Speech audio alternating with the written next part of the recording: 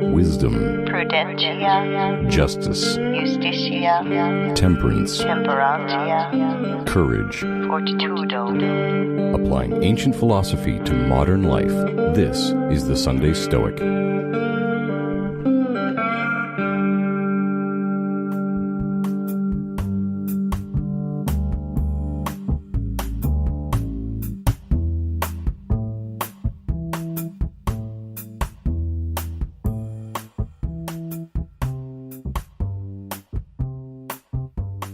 Welcome to the Sunday Stoic Podcast. My name is Steve. This podcast explores the ancient philosophy of Stoicism, a philosophy brought to us by the Greeks and Romans, a philosophy that enables an individual to live in the world no matter their circumstance, to thrive in the world, to not blame others, to not blame God or their neighbor for any ill fortune, but to use ill fortune as a springboard for self-improvement, to help their fellow humans, and to lay on their deathbed knowing that they have fought the good fight. I myself like this philosophy because I want to ensure that I am not wasting my life. I want to ensure that I am being the best dad and husband and neighbor that I can be. And this is a way to formally reflect on those things rather than to just idly stew about it. And that's what this week's reading is about. Making sure we're not idling by, wasting our time. So ask yourself, why are you here? Why are you studying philosophy? Why are you listening to this podcast? I myself have a different role than you. You, the listener, are listening, and you have your own roles to fulfill in your own life. I, as the podcaster, am talking to you about this, and I must ensure that my reasons are pure. I'm not standing here to be a sophist, to sound like I know everything, and to proclaim things as if from on top of the mountain. But I'm coming to you as an interpreter of these ancient works, and I attempt to view them through my own lens in the hope that maybe you'll get something out of it and be able to apply it yourself. But I got to try to make sure I'm not in it for the wrong reasons, to feel like have some tiny bit of fame because, 12 people downloaded my podcast or whatever. Why am I here? What's the point of this? So why are you here? And Epictetus is going to tell us we have to be consistent in our lives, and that extends from how we accept the things that befall us in life. That also extends to why we do the things we do, our motivations and our follow-through. And what he's doing in this upcoming reading is he's chastising some of his students that complain they're not getting anything out of his classes. He's a teacher. I know how he feels. You go in there, you're excited about the subject, you teach it, and you're stared at with complete indifference from students who just don't care. And then you say, why are you here? You are all majors in this field. This should be what you're into. Why do you not care about this? Are you sure that your motivations are pure? In my case, sometimes I question whether some students are pursuing a medical degree. They want to be a doctor for the wrong reasons. What would the wrong reasons be? Money. They want, I want a job that pays a lot of money. Maybe your motivation is not, I want to help people, or I love biology and I want to apply it. Maybe your motivation is, I want money. I'm not saying that is their motivation, but if it is, then that's a wrong motivation, and it will not result in a fulfilling life. Now, as a Stoic, why are you here? Are you here in order to sound like you are a Stoic, or are you here to become Stoic? Before we move on to the reading, I'd like to invite you to my Discord channel. I will put a link in the show description here. You can click it, and it will bring you to the channel where you can text chat with me. Even if I'm not there, you can chat with other listeners of the show. You can post messages to me that I'll see later. And if you are a patron, you automatically get access to this platform. And if you are at the $5 or above level on patreon.com supporting the show, you can also voice chat with me. So check that out. I would appreciate it. Right now I have a few people on there, but it'd be nice if it grows into The a small Discourses of community Epictetus, listeners where we Book can all 2, stay number in touch. 21, of Inconsistency. Some of their faults men readily admit, but others not so readily. Now, no one will admit that he is foolish or unintelligent, but quite the contrary. You hear everyone say, "I wish I had as much luck as I have sense." But they readily admit that they are timid and say, "I am a bit timid, I admit, but in general you will not find me to be a fool." A man will not readily admit that he is incontinent, not at all that he is unjust, and will never admit that he is envious or meddlesome, but most men will admit that they are moved by pity. What is the reason for this? The principal reason is confusion of thought, and an unwillingness to admit a fault in matters which involve good and evil. But apart from that, different people are affected by different motives. And as a rule, they will never admit anything that they conceive to be disgraceful. Timidity, for example, they conceive to be an indication of a prudent disposition, and the same is true of pity. But stupidity they conceive to be a slave's quality altogether. Also, they will never plead guilty to offenses against society. Now, in the case of most errors, the principal reason why men are inclined to admit them is because they conceive that there is an involuntary element in them, as, for instance, in timidity and pity. And if a man ever does grudgingly admit that he is incontinent, he adds that he is in love, expecting to be excused as from an involuntary act. But injustice they do not at all conceive of as involuntary. In jealousy, there is also, as they fancy, an element of the involuntary, and therefore this too is a fault which men grudgingly admit. When such are the men we live among, so confused, so ignorant both of what they mean by evil, and what evil quality they have, or whether they have one, or if so, how they have come to have it, or how they will get rid of it, among such men I wonder whether it is not worthwhile for us also to watch ourselves, each one asking himself the question, "Is it possible that I too am one of these people? What conceit am I cherishing regarding myself? How do I conduct myself? Do I, for my part, act like a wise man? Do I, for my part, act like a man of self-control? Do I, for my part, ever say that I have been educated to meet whatever comes? Have I the consciousness proper to a man who knows nothing, that I do know nothing? Do I go to my teacher like one who goes to consult an oracle, prepared to obey? Or do I too, like a sniffling child, go to school to learn the history of philosophy, and to understand the books which I did not understand before, and if chance offers, to explain them to others? Man, at home you have fought a regular prize fight with your slave, and you have driven your household into the street.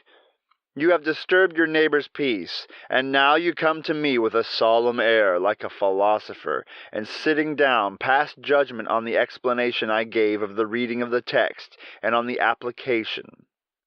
You have come in a spirit of envy, in a spirit of humiliation, because nothing is being sent to you from home, and you sit there while the lecture is going on, thinking on your part of nothing in the world but how you stand with your father or your brother. You reflect, "What are my people at home saying about me?" At this moment they are thinking that I am making progress in my studies, and they are saying, "He will know everything when he comes back home." I did want, at one time I suppose, to learn everything before going back home, but that requires a great deal of hard work, and nobody sends me anything. And at Nicopolis they have rotten accommodations at the baths, and my lodgings are terrible, and the school here, too, is bad. And then people say, nobody gets any good from going to school. Well, who goes to school? Who, I repeat, with the expectation of being cured? Who with the expectation of submitting his own judgments for purification? Who with the expectation of coming to realize what judgments he needs?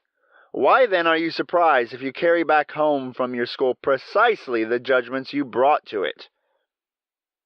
For you do not come with the expectation of laying them aside, or of correcting them, or of getting others in exchange for them. Not at all, or anything like it. Look rather to this at last, whether you are getting what you came for. You want to be able to speak fluently about philosophical principles. Well, are you not becoming more of an idle babbler? Do not these petty philosophical principles supply you with the material for making exhibitions? Do you not resolve syllogisms and arguments with equivocal premises? Do you not examine the assumptions of the liar syllogism and the hypothetical syllogisms? Why then are you still vexed if you are getting what you came for?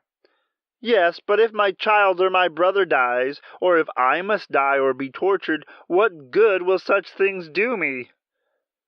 But was it really for that you came? Is it really for this that you sit by my side? Did you ever really light your lamp, or work late into the night for this? When you went out on the covered walk, did you ever set before yourself, instead of a syllogism, some external impression, and examine this with your fellow students? When did you ever do that? The principles are useless. To whom? To those who do not use them properly. For instance, eye salve is not useless to those who rub them on when they ought to, and as they ought to. And the poultices are not useless. Jumping weights are not useless, but they are useless to some people, and on the other hand useful to others. If you ask me now, are our syllogisms useful? I will tell you that they are, and if you wish, I will show you how they are useful. Have they helped me at all? Man, you asked whether they were at all useful, not whether they were useful to you. Let the man who is suffering from dysentery ask me whether vinegar is useful. I will tell him that it is. Is it useful to me then? I will say no. Seek first to have your discharge stopped, the ulcers healed. First, cure your ulcers, stop your discharges, be tranquil in mind, bring it free from distraction into the school, and then you will know what power reason has.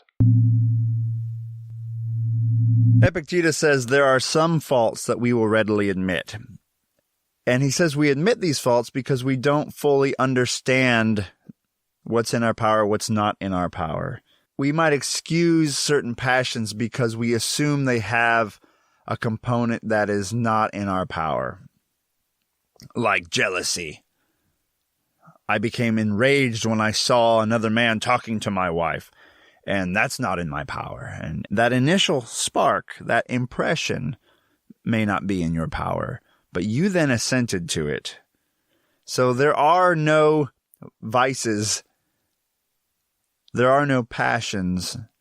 There are no decisions that ultimately are beyond your power. So people who will admit to some faults are ignoring this fact, but also they probably are guilty of others that they pretend they are not guilty of, like injustice. Now, the important thing here, it reminds me of the biblical reading where Jesus says to remove the log from your own eye before you try to remove the splinter from your neighbor. He says, how do we live among such people who can't perceive their own inconsistency? And he says, well, first ask yourself, are you one of them? And we have to assume that we may well not be perfect ourselves. But he goes on, as I said earlier, to chastise his students who say, well, studying philosophy is useless. I'm not any less afraid of death. I'm not any more indifferent to externals than I was when I came here. And he says, well, why are you here? I think you're getting exactly what you paid for. You came here not with the motivation of leaving here cured, but with the motivation of sounding like a philosopher, to kind of be a sophist in a way, someone who can talk the talk, spout the lingo, but not actually change. So he says, when you go walking with your friends, you might play these word games, these syllogisms, and try to see who's the wittiest and who can solve the problem in the most delightful fashion. But have you ever been out with your friends and said, why do I want to drink wine? Like, what's up with wanting to get drunk? Let's analyze that. Is this something I should want to do? Let's talk about it.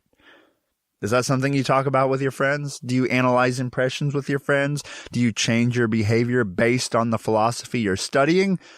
Do you stay up late at night analyzing yourself, your impressions? Or do you stay up at night working on ways to sound important to others? He also brings up the idea of roles, although it's sort of ever so slightly here. You know, he says that for some people, different aspects of philosophy are more useful than others. So syllogisms might be really good for you in some circumstances to learn how the philosophy works. Just as an eye cream helps if you have a sore eye.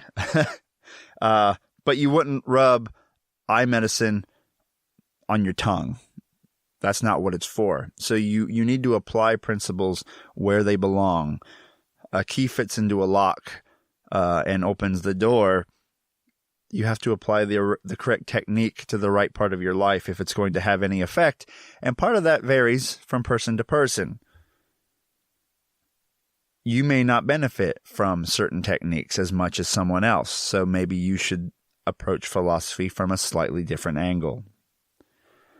So his advice here is to come to the Stoic school with a calm mind.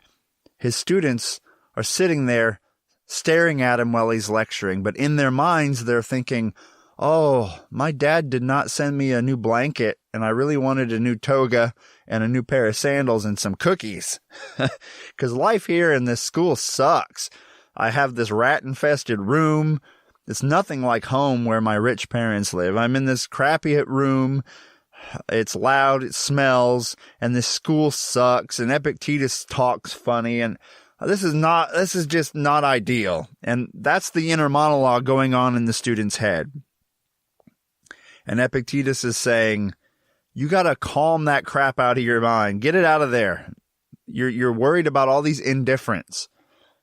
Clear your mind of this and focus on the tasks at hand. Figure out who you are, what works for you, be consistent in your studies, and be consistent in applying them.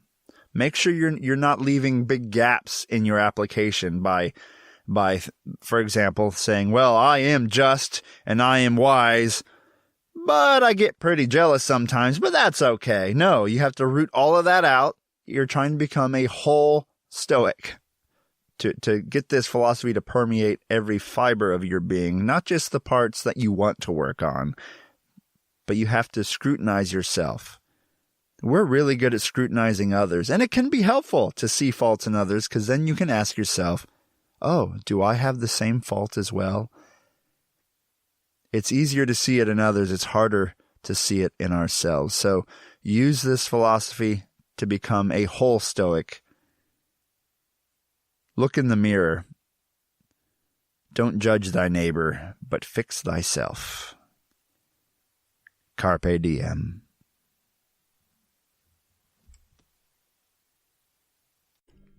Thank you for listening to The Sunday Stoic. If you enjoyed the show, please subscribe, rate, and review The Sunday Stoic on iTunes. Become a member of the Sunday Stoic team, earn rewards, and be an integral part of the show by becoming a patron at www.patreon.com/SundayStoic. Contact the show by emailing sundaystoic@gmail.com or by leaving a voicemail at 501-503-3132. To find out more, visit www.sundaystoicpodcast.com. And as Steve always says, Carpe Diem.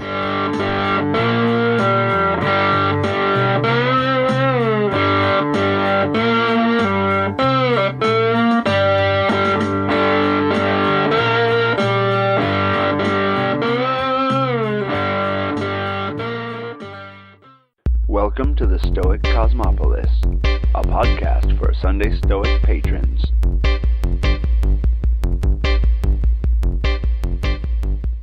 Patrons, Roman statesmen, lend me your ears. Here we are on Marcus Aurelius' birthday.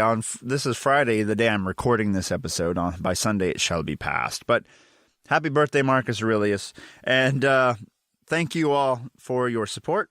It was awesome to get a couple new patrons because it's been a while since I've had new patrons.